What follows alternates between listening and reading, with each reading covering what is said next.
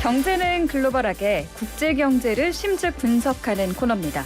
차영주 YG경제연구소장님, 고란 경제전문기자 두 분 스튜디오에 모시고 자세한 이야기 나눠보겠습니다. 안녕하십니까? 네, 안녕하세요. 네, 너무 반갑습니다. 세계는 지금 역환율 전쟁 시대다. 뭐 이런 말이 나왔어요. 역환율 전쟁이 뭐죠? 그리고 또 지금 세계 경제가 어떤 흐름인가요? 네, 먼저 기자님 먼저 환율 말씀하시죠. 전쟁이라고 하면 사실 네. 그 각국의 정부들이 예전에 아마 그런 뉴스 보셨을 것 같아요. 미국이 우리나라 뭐 환율 조작국으로 지정하네 마네 막 이런 얘기를 많이 들어보셨을 것 같은데 네. 과거에 이제 환율 조작국 지정이 뭐냐면 환율을 너무 싸게 해가지고 그러니까 자국의 통화 가치를 떨어뜨려가지고 물건을 많이 파는 거죠. 수출을 많이 하는 거죠. 수출에 유리하니까. 네. 그래서 수출을 많이 하려면 네. 자국의 통화 가치를 떨어뜨릴수록 그 상대방 국가에서는 물가가 싸게 되잖아요. 네. 싸게 살 수 있는 거니까 수출이 더 많아지죠. 그러다 보니까 서로 자국 통화 가치를 떨어뜨리려고 많이 노력을 했어요. 이게 바로 이제 환율 전쟁이었는데 네. 지금은 자국의 통화 가치를 높이려고 서로 노력하고 있습니다. 왜요? 왜냐하면 물가가 지금 너무 높게 나오고 있잖아요. 미국 같은 경우에는 지난달 물가 CPI 소비자 물가지수 상승률이 9.1% 나왔습니다. 그러면 미국 입장에서 만약에 우리나라가 우리 입장에서는 수입 물가 같은 걸 들어올 때 우리도 6월 달에 6%가 나왔잖아요. 네. 그러면 똑같이 $100를 주고 국제 유가를 들여올 때 만약에 옛날에는 $100가 예를 들어서 12만 원이었는데 지금 만약에 13만 원이 되면 똑같은 국제 유가 $100라도 우리 원화 가치가 떨어져가지고 13만 원을 사게 되면 어떻게 되나요? 우리나라 물가가 더 오르죠. 더 오르죠. 그러면 어떻게 물가를 잡으려면 어떻게 되나요? 우리 통화 가치를 높여서 수입 물가를 잡아야 됩니다. 그게 역환율 전쟁. 네, 그래서 서로 지금 자국 환율 자국 그 통화 가치를 올리려고 서로 노력하고 있어요. 그러니까 자국 통화 가치를 높여서 좀 수입에 유리하도록 하는 게 그 움직임이 바로 역환율 전쟁 이렇게 이해를 하면 될까요? 궁극적으로 보자면 서로 자기네 나라 물가 떨어뜨리려고 지금 노력하고 있는 거죠. 그래서 전쟁이란 단어가 네네. 굳이 붙었나 봐요. 네. 근데 이걸 이렇게 봐야 되는 게 우리가 네. 이제 전통적인 환율 전쟁이다라고 하면 우리가 가격 경쟁력을 얻기 위한 어떤 노력이지만 지금은 각국이 인플레이션 싸움이 들어가면서 미국 주도의 금리 인상에 어쩔 수 없이 말려 들어가는 상황이 된 거죠. 그러니까 지금 미국이 CPI가 9라는 숫자가 나옴으로써 지금 이제 미국이 목표하는 2자라는 숫자를 맞추기 위해서 금리를 올리다 보니까 네. 상대적으로 전 세계에서 달러화가 초강세를 나타내게 됐고 그러한 것들로 인해서 상대적으로 글로벌 환율들이 약세를 나타내게 된 거죠. 네. 그러니까 어쩔 수 없이 인플레이션을 떠안고 있는 거죠. 기자님 말씀하신 것처럼 우리가 똑같이 우리가 이제 무역 수지가 3개월째 적자인 이유가 수입이 늘어난 건 아니에요. 수입은 똑같은데 우리의 대부분의 수입 품목인 유가에 대한 부담 때문에 무역 적자가 발생한 거거든요. 수입 물가가 수입 물가 올라가게 되는 거죠. 똑같은 양을 수입해 와도 기자님 설명하신 것처럼 가격이 우리가 이제 원화 약세이다 보니까 그렇죠. 그래서 무역 적자를 이제 나타내게 된 건데 일단 지금 이 기조는 인플레이션이라는 개념보다는 미국이 금리를 움직임에 따라서 글로벌 각국들의 어떤 상황과 상관없이 금리를 따라 올려야 되는 그러한 상황들이 발생이 되면서 전반적으로 환율과 인플레이션 이런 것들이 종합적으로 맞물리는 지금 흐름들이 됐다. 단순하게 누가 수출을 좀 더 잘하고의 문제가 아니라 지금은 미국이 계속해서 금리를 올리겠다라는 상황에서 미국과 따라가지 않으면 네. 더군다나 환율을 움직이는 것 중에 하나가 자금의 이동이거든요. 지금 이제 우리나라 같은 경우도 미국이 다음 주에 75bp 금리를 올리면 금리 역전 현상이 늘어난 거죠. 오히려 안전자산이라 불리우는 미국 채권 금리가 우리보다 높아지기 때문에 그러면 이제 글로벌 자금의 흐름도 또 꼬이게 되는 거죠. 그런 복합적인 것 때문에 이것을 꼭 환율 전쟁이다라고 표현하는 것도 어폐가 좀 있긴 합니다만 어찌됐든 각 나라들이 금리와 환율과 인플레이션의 싸움에서 지금 서로 각자 머리가 아파지기 시작했다. 이렇게 좀 정리해야 될 것 같습니다. 금리 면에서 보면은 이제 미국과의 금리 차를 줄여야지 자국의 통화 약세를 좀 해결할 수 있기 때문에 어쩔 수 없이 미국 기준금리에 맞춰서 이제 금리를 올리려는 움직임이 보이고 있다. 뭐 이렇게 이해를 하면 되겠네요. 그렇죠. 지금 이제 우리도 이제 당장 우리가 아직까지는 기준금리가 2.25인데 네.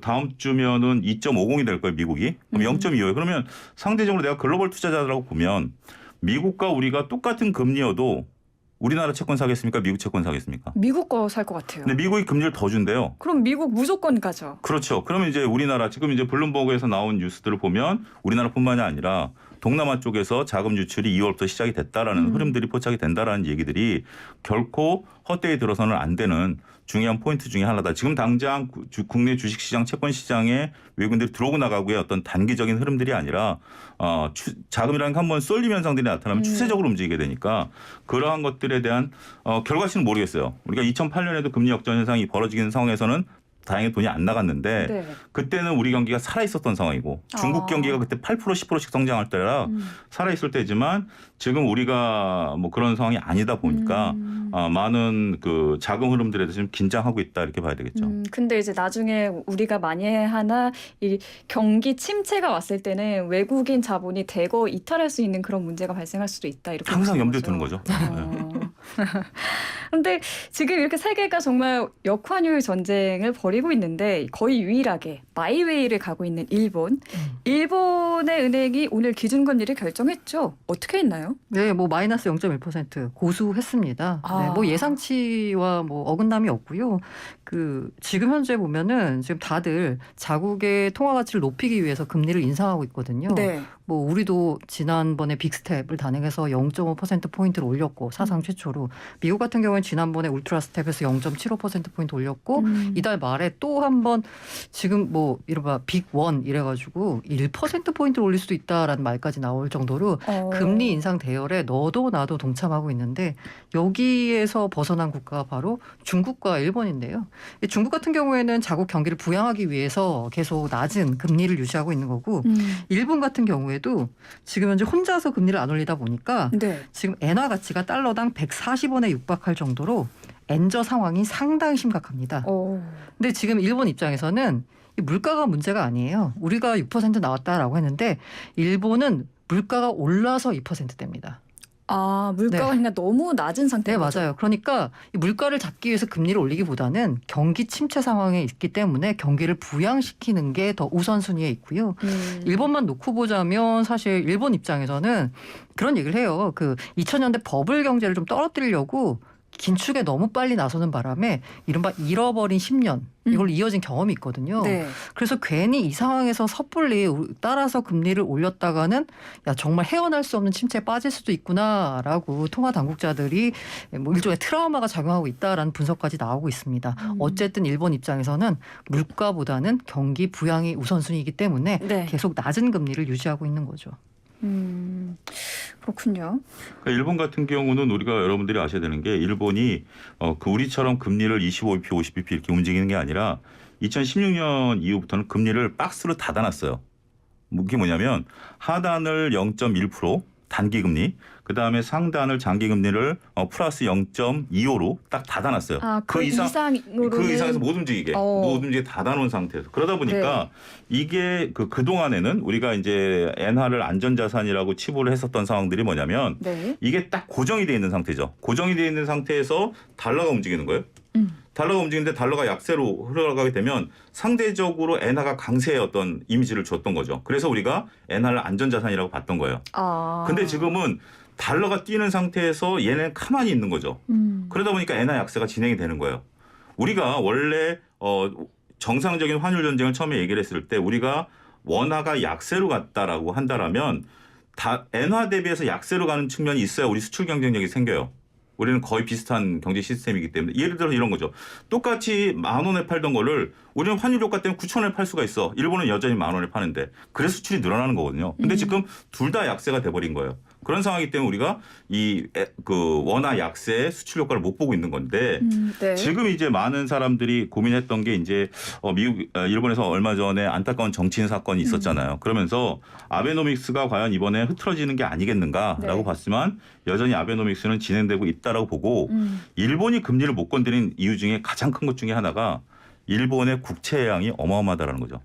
국채양이요. 네, 국채양. 그걸 이제 일본 사람들이 다 사줘가지고 일본이 채권, 그러니까 국채 발행이 많은데도 견딜을 하고 있는 건데 올리는 순간 자기네들 정부가 그 부담에 대한 이자는 또 늘어나죠. 그렇죠. 그러면 또 지금 은행은 일본은 문제죠. 그러니까 일본은 정말 잃어버린 20년, 30년을 가는 여러 가지 이유 중에 하나가 얼마 전 뉴스를 보니까 우리나라 삼성전자급의 일본의 신입사원 월급이 300만 원이 채 안 된답니다. 우리나라 돈으로. 그러니까 완전히 그렇게 낮아요? 저물가 상태가 이제 고착화 돼버린 거예요. 그런 상태이기 때문에 어찌됐든 기자님 말씀하신 일본은 지금 경기를 살려야 된다라는 거지 이걸 올리면서 나오는 부작용들이 워낙 다양하기 때문에 많은 분들이 거의 다 이번에 일본 부유제 회의를 관심을 안 가졌던 이유 중에 하나가 이런 부분이 있었고 혹시나 아베가 이제 그런 사고가 있었기 때문에 아베노믹스의 어떤 변화가 있지 않을까 봤는데 여전히 일본은 밀고 간다. 결국 일본은 나홀로 약세를 지속하겠다. 이렇게 인식을 해야 될 것 같습니다. 너무나 저물가 상황이 계속 이어지고 있고 경기를 부양하는 게 최우선이기 때문에 일본은 금리를 올릴 수가 없는 그런 상황으로 봐야겠네요. 어쨌든 이 미국이 당긴 이 금리 인상 방아쇠에 달러 강세가 계속 지속이 되고 있잖아요. 각국 통화 가치는 당연히 급락을 하고 있습니다. 이 달러 강세 언제까지 좀 이어질까요? 이거는 정말 아무도 모르겠지만 그렇죠. 환율은 신도 전망하기 어렵다. 오늘 밤에 변화가 나타날 수도 있죠. 진짜요? 오늘 밤에 이제 22 통화 정책 회의가 열리거든요. 네네. 오늘 밤에 22 통화 정책 회의가 네. 열리는데 여러분들이 이제 달러화가 그 가격이 결정되는 것 중에 하나가 이제 달러 인덱스인데 인덱스 중에 유로화 비중이 60%예요. 그러니까 유로화에 따라서 달러가 움직이는 게 굉장히 큽니다. 그러네요. 근데 지금 최근에 달러가 초강세로 나타났던 이유 중에 하나가 유로화 대비해서 달러화가 1대1이 깨졌었어요. 순간 0.999까지. 그러니까 이제 보통 유로화가 달러보다 비쌌어요. 비싼 게 정상이었어요. 그런데 이게 지금 유로존 경기가 별로 좋지 않고 더군다나 전쟁의 어떤 상황이다 보니까 유로화 가치가 스스로 떨어져 버린 거예요. 떨어지면서 페너티 우리가 이제 1대1까지는 온 거고 순간 장중에 1대1이 깨졌다 지금 반등을 준 건데 네. 그러다 보니까 유로화가 낮아지면 어떻게 되죠? 달러가 강세가 되는 거죠. 가만히 있어도. 네. 그리고 그러다 보니까 우리가 쓰리 쿠션으로 약세가 된 거고 그다음에 앞서 언급드렸던 지금 이제 우리 뭐 동남아 쪽에 돈이 빠져나가면 동남아 자국 통화를 팔고 달러를 사야죠. 그럼 달러에 대한 수요가 늘어나면 달러 가치는 또 늘어나는 거죠. 그래서 지금 슈퍼 울트라 혼자 나홀로 강세다라는 건데 지금 ECB가 50bp 지금 금리 인상 얘기를 하고 있습니다. 많은 사람들이 예상을 하기에. 그래서 50bp 금리 인상을 하게 된다면 두 가지 효과를 보는데 결국 우리가 처음에 얘기했던 유로존의 가치가 그 값어치가 올라가는 거죠. 이게 결국 금리가 올라간다는 건 돈의 가치가 올라간다는 거니까 네. 유로 그 유로화 가치가 올라가게 되면 달러 강세가 좀 꺾일 수가 있고요. 꺾이죠. 그렇게 된다면 통화에 들어가 있는 공매도 세력들이 쇼커버링이 들어올 가능성도 있다라고 보는 거예요. 어차피 페러티를 확인한 이후에 더 이상 밀리지 않는다라는 걸 보는 순간 여기서 조금만 좀 반등을 주면 순식간에 확 올라올 수 있다라고 지금 많은 사람들이 보고 있기 때문에 일단 오늘 ECB가 과연 50bp 결정을 내리느냐.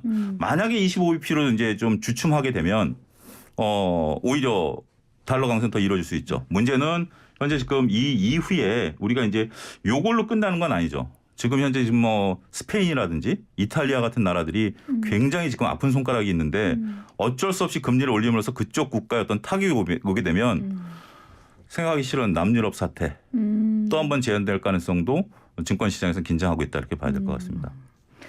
어쨌든 지금 네. 달러 이게 지금 원화 약세가 아니고 정확하게 표현하면 달러 강세거든요. 네. 그러니까 모든 통화에 비해서 달러 혼자만 강세를 보이는 상황인데 왜 오늘 저녁이라고 말씀을 주셨냐면 그 유럽 중앙은행 ECB가 통화 얼마를 올릴지 결정을 하는데 네. 이게 유럽 같은 경우에도 금리를 올리는 이유가 미국과 마찬가지로 지금 물가 상황이 너무 심각하기 때문입니다. 보니까 그 발트 3국이라고 하죠. 뭐 이쪽의 나라 같은 경우에는 에스토니아 뭐 이런 곳은 물가가 22%입니다. 이 발트 3국의 물가 상승이 20%가 넘어요. 네. 네, 여기가 지금 뭐 제3세계 국가가 아니고 네. 유럽에 있는 국가가 이 정도 물가 상승이 나오고 있거든요. 그럼 이 물가를 잡기 위해서 금리를 올려야 하는데 또 유럽 ECB의 입장은 뭐냐면 금리 이렇게 올리면 아까 말씀하신 그 남유럽 국가들 같은 경우에는 감당을 못합니다. 이 그러니까 금리 인상을.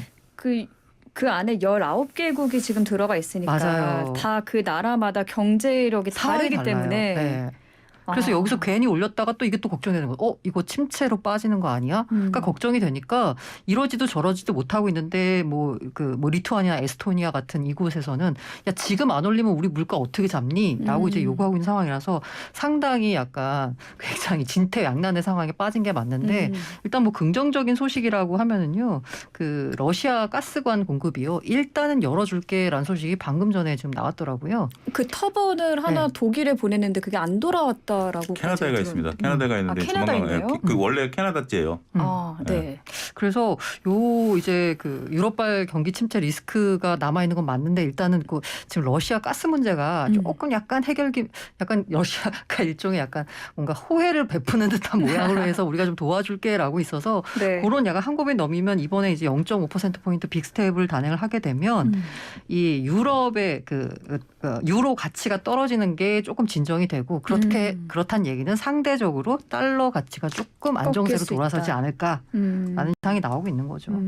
미국도 달러 강세를 과연 즐기겠느냐라고 보면 네. 결코 그렇지 않다라는 거죠. 이게 일시적일지는 모르지만 고착화되는 거에 대해서는 미국도 상당히 어렵죠. 우리가 처음에 얘기했듯이 달러 강세면 미국 자체가 지금 현재 막대한 노력을 쏟아붓고 있는 경제 성장에 대한 어떤 수출 트리거가 꺾이게 된다라는 거죠. 그런 부분들 때문에 결국 미국도 이걸 즐기겠느냐라고 보는 측면도 있어요. 근데 그렇지 않다라고 보면 어떤 이러한 어떤 하나의 작은 것들이 이제 생길 때마다 미국도 나름대로 달러를 조금 약세시키려고 노력들을 하겠죠. 그 부분도 좀 기대치가 있다라고 봐야 될 것 같습니다. 결국 달러의 지금 가치가 어떻게 될 거냐고는 연준이 물가를 잡기 위해서 긴축 기조를 언제쯤 좀 느슨하게 할 것이냐라는 거거든요. 이게 약간 맞물리고 있는데 계속 물가가 잡혀야지 연준이 조금 이제 긴축을 좀 덜 할 텐데 그렇죠. 물가가 지금 정점을 찍었네 만에하는 상황이 여전히 펼쳐지고 있어서 만약에 물가가 정점을 찍고 그래서 연준이 연말쯤에 뭐 예상하기로는 좀 긴축 기조를 조금 완화할 거다라고 하면은 그때쯤에는 달러 강세가 좀 꺾일 것 같다라는 예상이 대체적인 시각이긴 합니다. 기준금리를 다시 조금 어느 정도 인하를 시켜야지만 달러 인하를 시키는 게 아니라 네. 상승하는 것을 그 속도를 늦추는 늦추는 거죠. 건가요? 예, 그거 잘 보셔야 됩니다. 인하까지는 안 그건 가고 너무 앞선 조금 거고요. 제가 너무 많이 갔나 봐요. 아니 뭐 내년 한 뭐 저기 그 여름쯤에 조금 인하하지 않겠느냐라는 예상이 나오기도 합니다. 이거 못 견딘다 경제가. 이제 원달러 환율 얘기도 해봐야겠죠.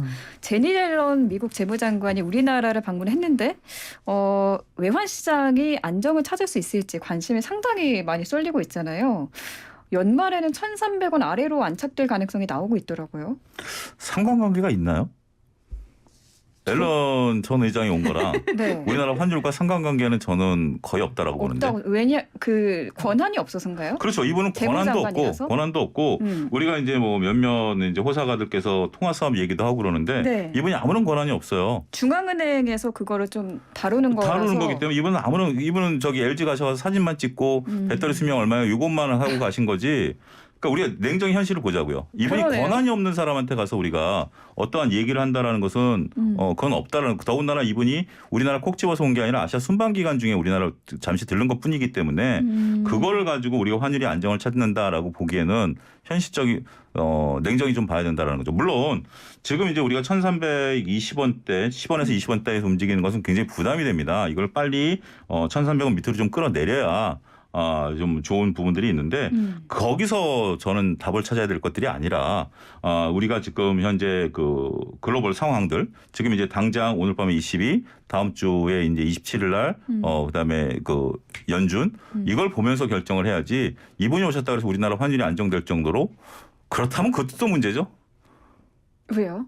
아니 뭐 우리나라 환율이라는 게 미국 뭐 재무장관이 왔다고 그래서 환율이 안정된다. 그러면 또 그 정도의 우리나라 체력이 그렇게 호락호락하지 않다라고 저는 그렇게 역설적으로 보고 싶습니다. 네. 아니, 그냥 뭐 일종의 기대감이 작용했다라고 볼 수도 있고요. 그래도 어느 그리고 정도 좀 희망을 가질 만한 그런 여지를 남기고 가지 않았나요? 네네네. 그 통화 스와프 말씀 주셔서 그 뭐 다들 말씀들 하시잖아요. 일종의 이제 마이너스 통장이다. 국가 간의 마이너스 통장. 네. 그러면 마이너스 통장은 어디서 우리가 발급받을 수 있나요? 은행에서 발급받는 거죠. 네. 국가 간의 마이너스 통장이니까 중앙은행이 관여할 문제입니다. 그래서 연준의 연방준비제도의 영역이기 때문에 원래 중앙은행은 독립성을 굉장히 중요하게 생각하잖아요. 네. 그렇기 때문에 미국 재무부, 그러니까 정부가 중앙은행에 관여하는 게 맞지 않기 때문에 어쨌든 재무장관 방안과 통화스와프는 관련이 없다. 원칙적으로는 맞는데요.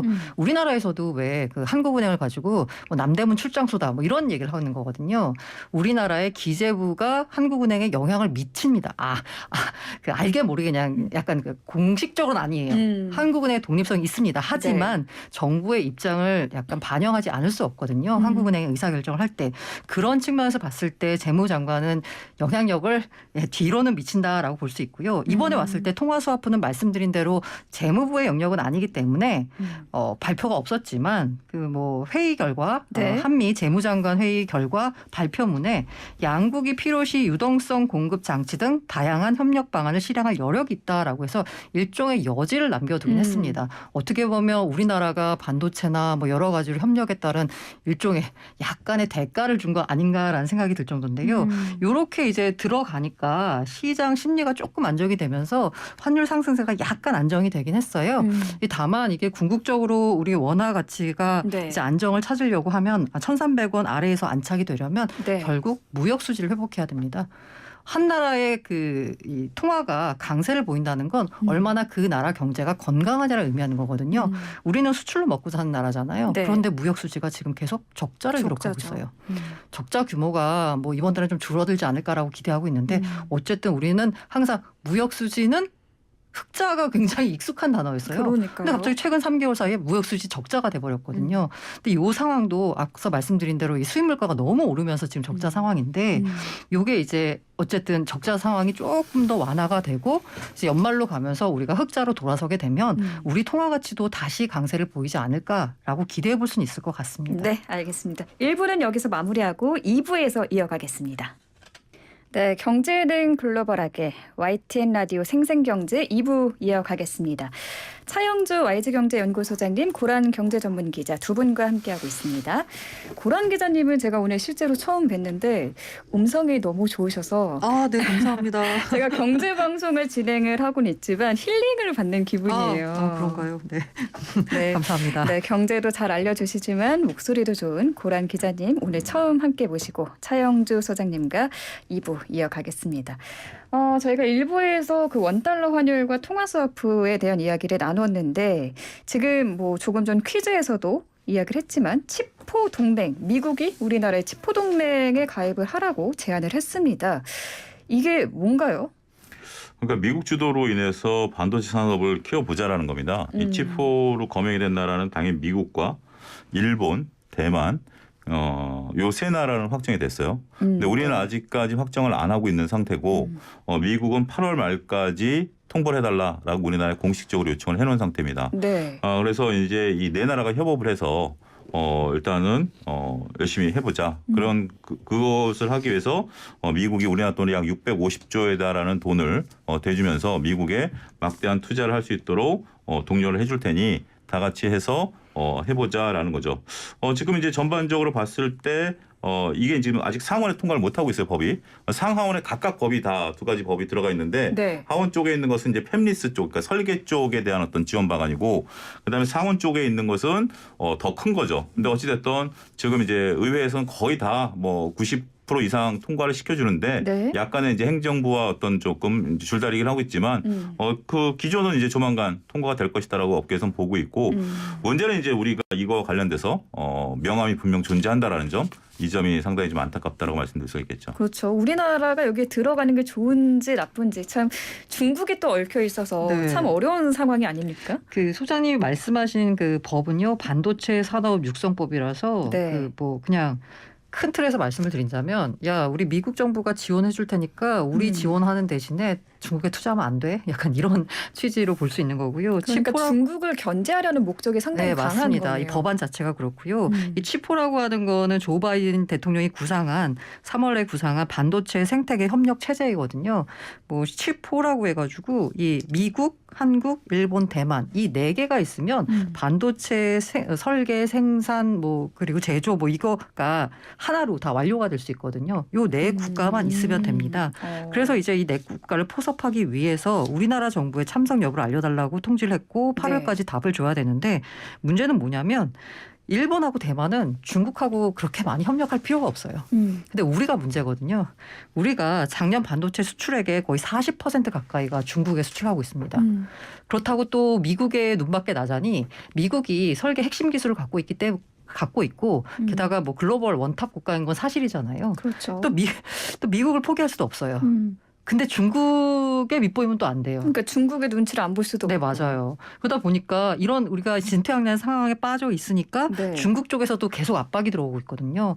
이 중국에는 언론사가 관영이기 때문에 중국 정부 입장을 대변한다라고 볼 수 있는데 네. 이 관영 언론사가 한국의 반도체 동맹 참여는 득보다 실이 크다.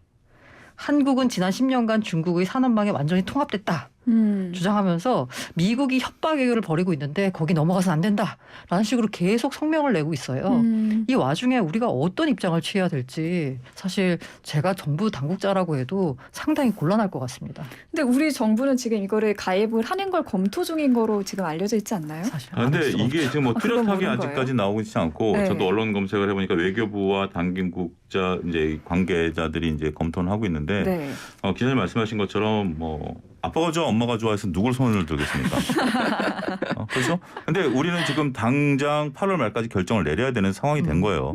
시한까지 또 이렇게 시한까지도 이제 딱 정해져서. 정해놓은 상황이고 이게 안타까운 게 기자님 말씀하신 것처럼 우리나라 반도체 수출 40%가 중국으로 들어갔는데 특히 하이닉스 같은 경우 우시 공장에서 생산되는 반도체량이 메모리 반도체가 전 세계 10%로 여기서 공급을 해요. 네. 그러면 근데 지금 여기 이 우시 공장의 문제가 최근에 불거진 게 뭐냐면 공장 라인이 굉장히 낡아 있는 상태예요. 그래서 반도체는 네. 워런 버핏이 반도체 주주를 잘 투자 안 한 이유가 끊임없이 설비 투자를 하고 끊임없이 감가상각을 해야 되기 때문에 안 하는 건데 이번에 노광 장비라고 해서 지금 이제 네덜란드 이재용 부회장께서 날아가셨잖아요. 네, 그게 네. 굉장히 네덜란드에서 만들어내는 굉장히 초정밀 그 장비인데 그 돈을 갖고 가도 사기가 어려운 지금 이제 장비라고 왜냐하면 하던데요? 그게 만들어내는 수량이 있기 때문에 그거를 이제 거기다 집어넣으려고 하다가 작년에 이제 조금 방법이 안 됐는데 네.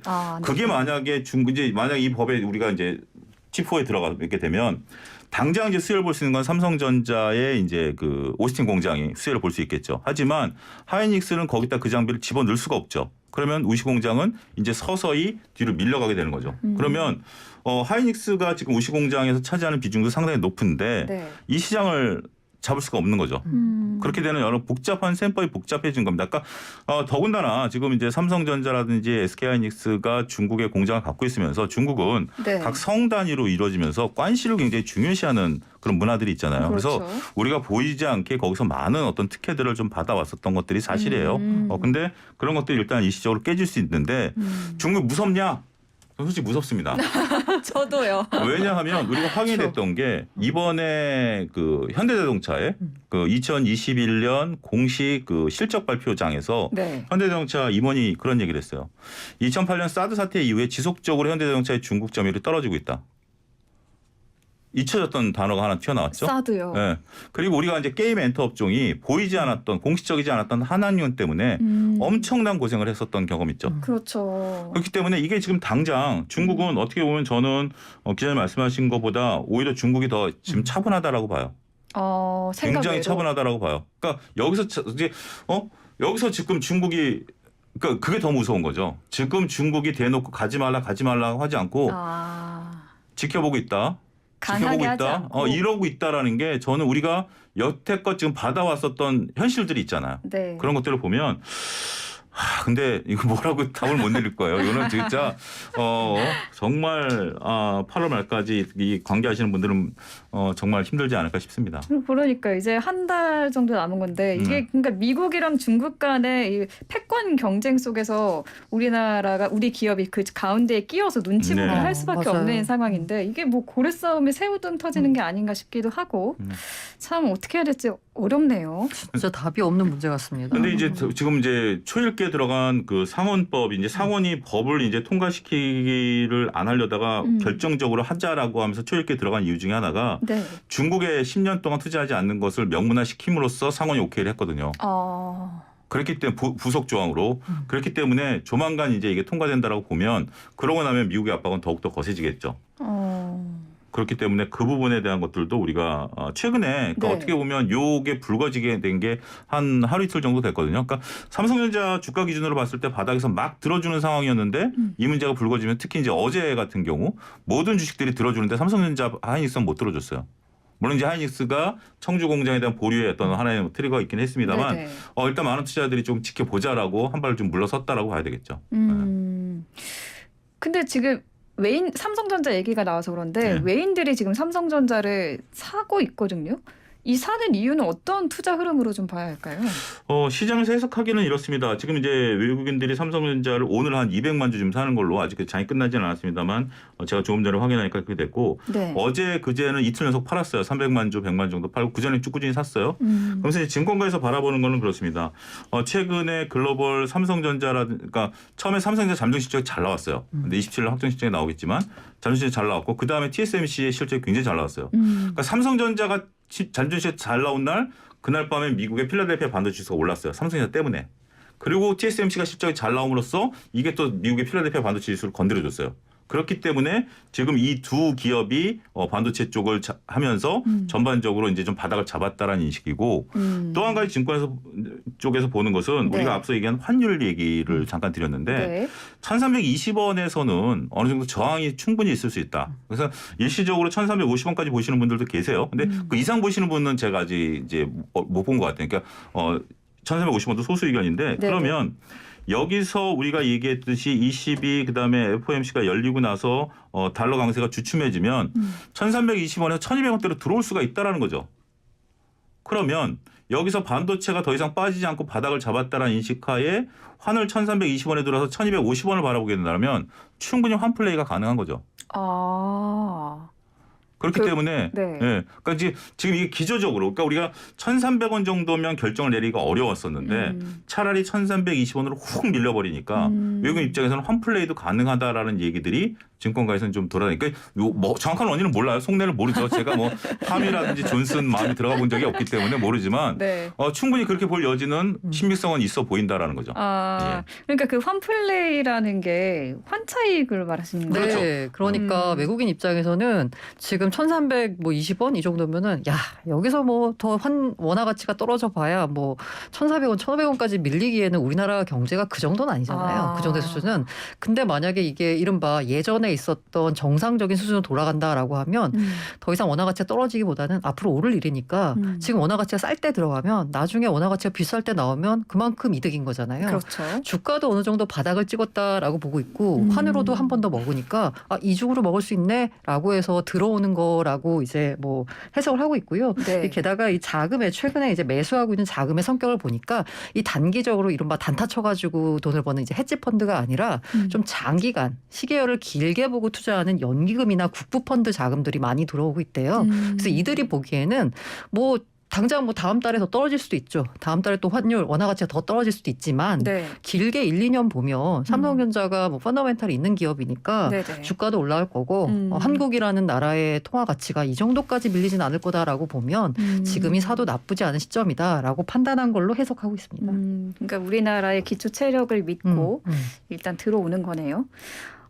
이제 앞에서 이제 미국과 중국 얘기를 했는데 이제 중국 이야기도 좀 해볼게요. 미국이 이 중국을 계속해서 견제하는 그런 포지션을 취하고 있는데 중국도 여기에 질세라 유럽연합과 고위급 회담을 갖고 무역과 금융 부분에서 협의를 진척시켜 나가기로 했다는 소식이 들어와 있거든요. 자, 이거는 어떤 움직임으로 봐야 할까요? 트럼프 대통령이 일으켜놓은 파장이 지금까지 지속됐다고 봐야 되겠죠. 근데 어떻게 보면 저도 트럼프 대통령이 그걸 했어야 되는 사람이라고 봐요. 왜냐하면 중국이 이제 G2라는 국가잖아요. 네. 중국이 이제 그전에는 패권을 미국만이 쥐고 있었죠. 근데 중국이라는 나라가 이제 거의 G2로 들어와 버렸기 네. 때문에 싸움 이제 보이지 않는 이제 힘으로 하는 싸움이 아니라 경제 전쟁을 일으킬 수밖에 없었죠. 그러면서 다양한 무역법이라든지 사문화된 법까지 다 끌어들여가지고 자원보호법이라는 걸 통해서 무역 전쟁까지 일으키면서 그러면서 이제 각 나라들별로 어떤 자유무역에 대한 개념들을 깨버렸죠. 그러고 나서 지금 이제 바이든 대통령 같은 경우는 여러 가지 이제 복잡하죠. 지금 미국의 인프라라든지 이런 것들이 생각보다 많이 노후화돼 있는 아니 지금 뭐 정전이 일어나는 나라가 미국이라면 생각이 이해가 되시겠습니까? 상상도 못했어요. 그러니까 수돗물이 안 나오는다라는 거 이해를 하시겠습니까? 그럴 정도로 인프라가 지금 돼 있는 상황에서 결국 경제를 살려야 된다라는 거. 그 하나의 일환으로 인프라를 살려야 되고 그리고 이제 미국이 지금 뒤처져 있는 솔직히 반도체가 우리나라 삼성전자를 제외하면 미국 보이지도 않잖아요. 그렇죠. 그런 부분들을 이제 감안하게 된다라면 이렇게 이제 블록화해서 전 세계를 이제 끌어가자는 신냉전이 어떻게 보면 시작이 됐다라고 보는 거고요. 여기 이제 복잡하긴 하죠. 이제 뭐 중국과 유럽, 러시아가 지금 어저께 이란과 또 손을 잡았고 천연가스에 대해서 뭐 이런 것들이 나오고 있기 때문에 이제는 새로운 체제가 개편이 되는데 그 근저에는 뭐냐면 기술력과 자원이죠. 기술력과 자원으로 이루어진다라는 거죠. 그러니까 러시아와 이란은 자원으로 뭉친 거고요. 그 다음에 이제 중국과 이제 우리가 칩4에 들어가는 것은 기술로 뭉친 거고요. 그렇죠. 그 다음에 이제 중국 같은 경우 시장을 가지고 유럽을 구애를 하고 있는 거죠. 이번에 에어버스 280대 구입한 거 보세요.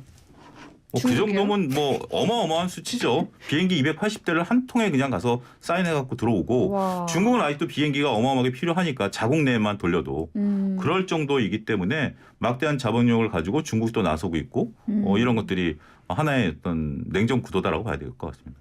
그러니까 지금 전 세계가 보니까 기술력이나 자원이나 시장이나 자기네 나라가 갖고 있는 어떤 그런 강점들을 무기로 이렇게 다시 합쳐지기도 하고 또 이렇게 패권 다툼을 벌이기도 하고 그런 모습인데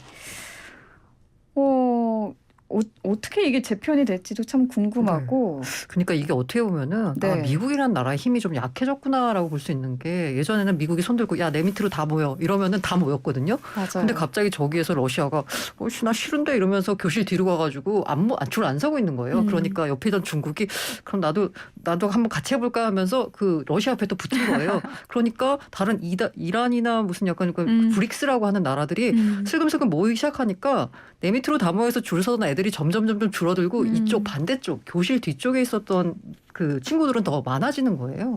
어떻게 보면 내 밑으로 다 모였을 때 그 다 모여라고 했던 애가 힘이 세면 감히 저항을 못할 텐데 해볼만 하다라고 판단하니까 또 반대편에 세력이 지금 모이고 있는 상황이거든요. 이 와중에 이제 우리나라가 제일 힘든 거죠. 이 양쪽과 다 이해관계가 있기 때문에 굉장히 지금 애매하게 줄을 걸쳐서 했거든요. 그런데 제가 걱정하고 있는 부분은 네. 어느 순간이 되면 한쪽 줄에 서야 돼야만 하는 상황이 펼쳐질 수가 있어서 언젠간 오겠죠. 네, 그 언젠가의 상황이 조금 뭐 두렵기는 합니다. 이번에 전형적으로 보여진 게 미국 대통령이 사우디 가서 당하고 온 어떤 그러니까요. 맞아요. 그래서 뭐 사우디를 택배로 간다라는 것도 네. 상당히 치명 구기는 거였죠. 미국 그러니까요. 대통령이 직접 날아간다라는 것도. 근데 가서 젊은 청년 앞에서 면전에서 이렇게 딱 그렇게 당하고 왔을 때 어떻게 보면 이게 역사적인 사건이 될 수도 있을 것 같아요. 나중에. 바이든이 그 비행기를 타고 떠나자마자 이 사우디에서 증산하지 않겠다 이렇게 발표를 딱 한 거 보니까 참 이 미국이 이 달러 강세가 꺾이게 되면은 그때는 또 되게 큰 세계적으로 이변이 패권이 또 바뀌지 않을까 이런 생각이 좀 듭니다. 기축통화가 늘어났던 것들에 대한 어떤 그게 쉽게 꺾이지는 않겠지만 어쨌든 이제 하나의 변화는 시작이 됐다. 그 정도는 인식해야 될 것 같습니다.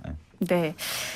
이번에는 투자 이야기를 해볼게요. 이렇게 물가 상승과 미국발 금리 인상 여파로 국내외 증시가 약세장으로 돌아서니까 요즘 개인 투자자들의 관심이 채권 투자로 쏠리고 있거든요.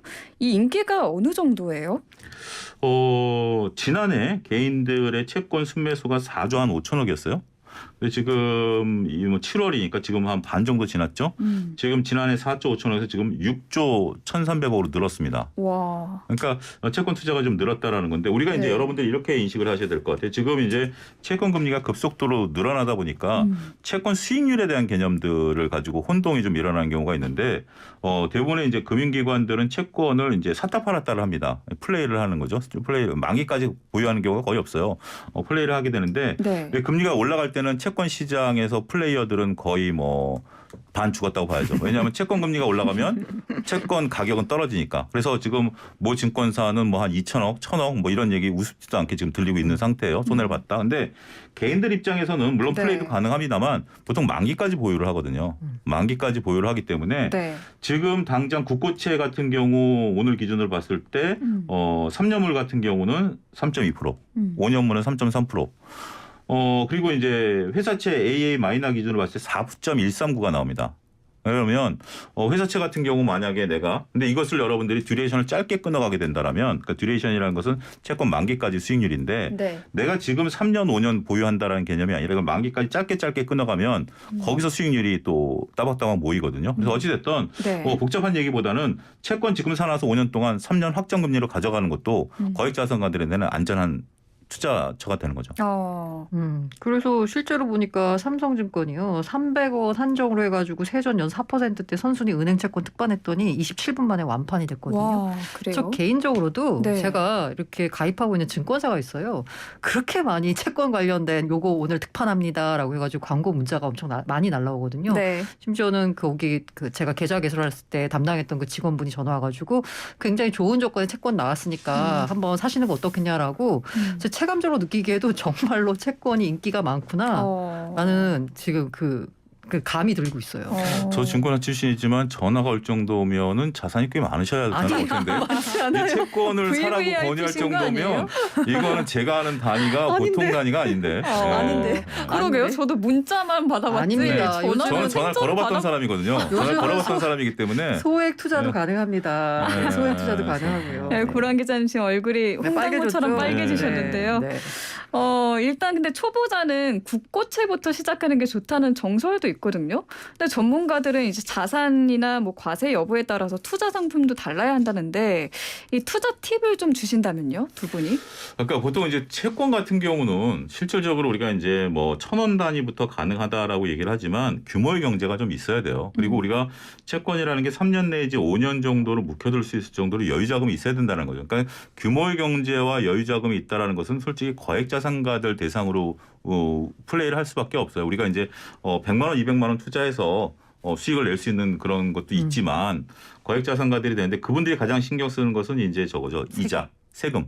세금이죠. 세금에 네. 대한 부분들이기 때문에 이거는 본격적으로 여러분들이 컨설팅을 좀 받으셔야 되는 부분들이 있는데 근데 이런 건 있어요. 예를 들어서 제가 개인 투자자분들에게 현실적으로 도움을 좀 드리고 싶은 게 뭐냐면 자, 예를 들어서 이제 뭐 지금 내 아이가 고2인데 내년이면 대학 갈 거 아닙니까?